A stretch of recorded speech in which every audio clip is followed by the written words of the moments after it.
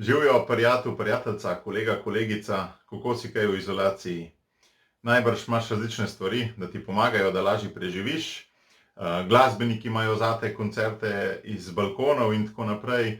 No, jaz igrati pa pet ne znam, zato sem se odločil, da ti ne bom olajšal izolacijo na ta način, ker ti je ne bi, ampak sem se odločil, da v ta izolacijski eter dam kakšno stvar z področja osebnostne rasti, pa vzem to kot, da je to moj koncert z balkona.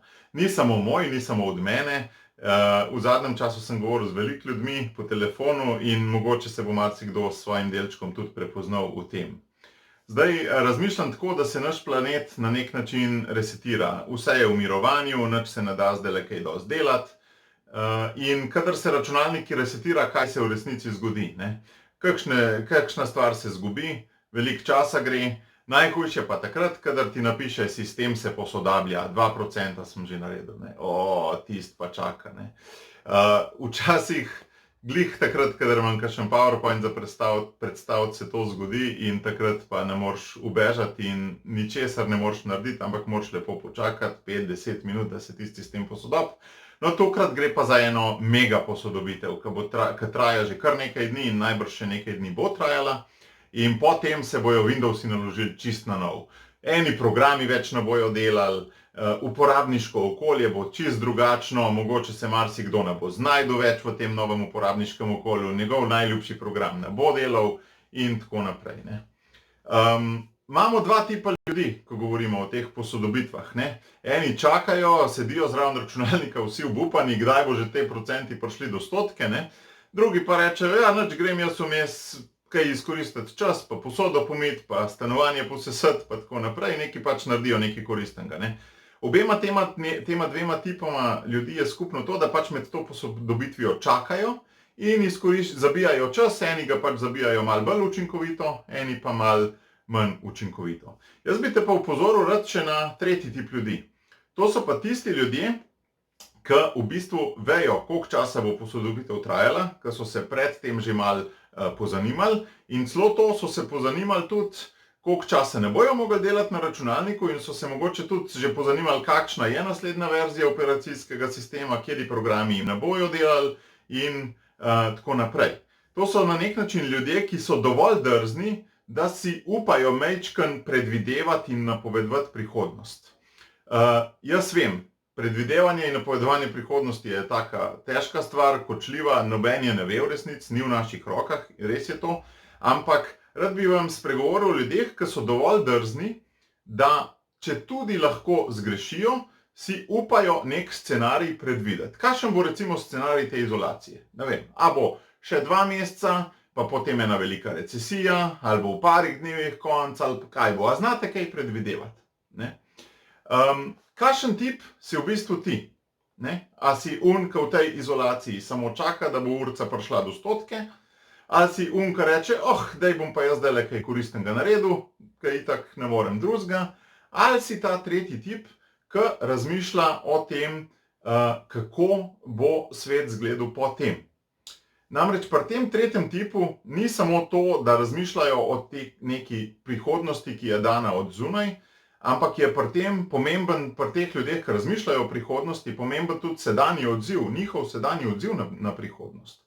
Torej, prihodnost ni nekaj, česar ne morejo, na kar ne morejo vplivati, ampak je prihodnost nekaj, kar vsi skupaj že zdaj ustvarjajo in v njej vidijo same sebe. In temu, da sanjaš prihodnost in da v njej vidiš najboljšo verzijo na nek način samega sebe, temu rečemo vizija.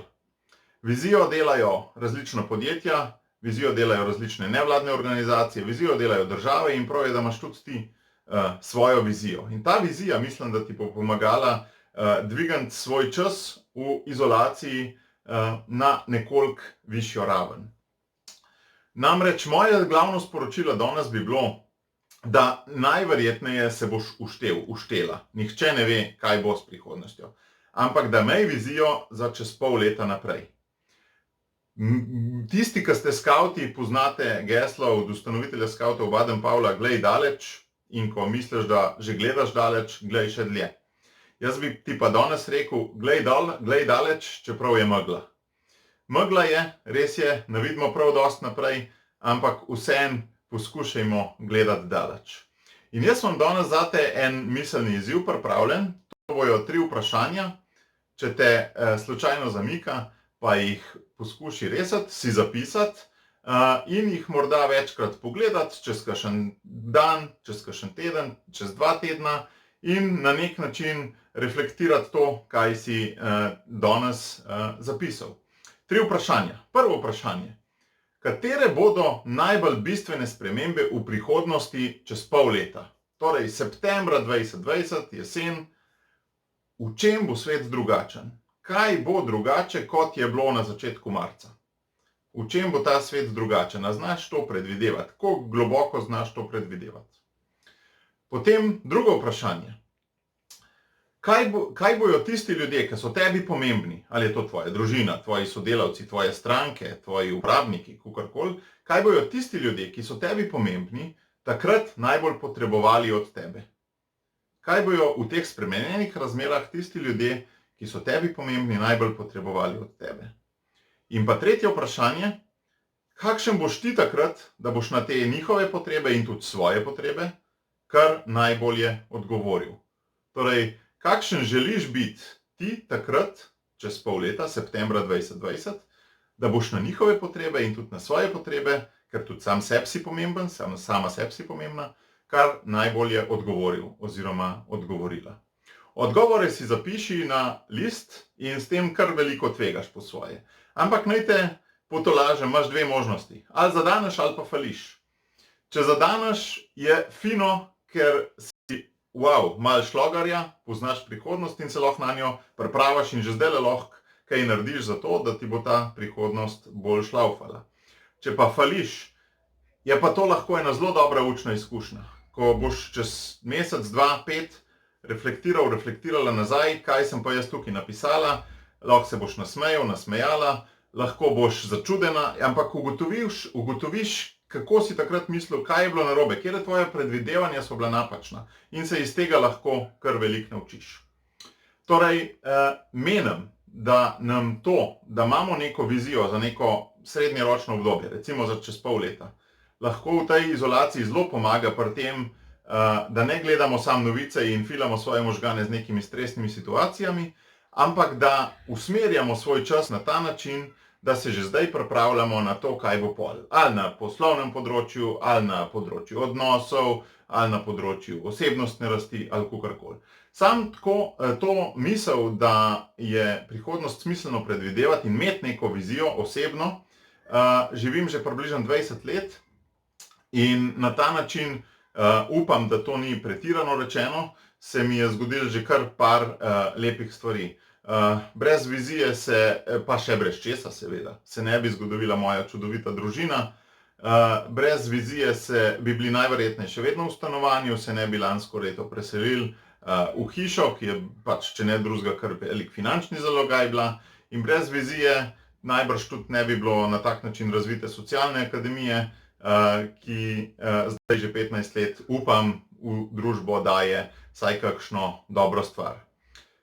Lej, to je bilo moje javljanje, to je bil moj koncert z balkona. Povej svoje mnenje, zanima me, kaj si misliš o tej misli, zanima me, kakšen je tvoj odziv na vajo, če si jo naredil ali pa naredila, zanima me komentar na moje misli, a se strinjaš ali se ne, morda kakšni video geeki tudi na tehnično izvedbo, kaj lahko še izboljšam.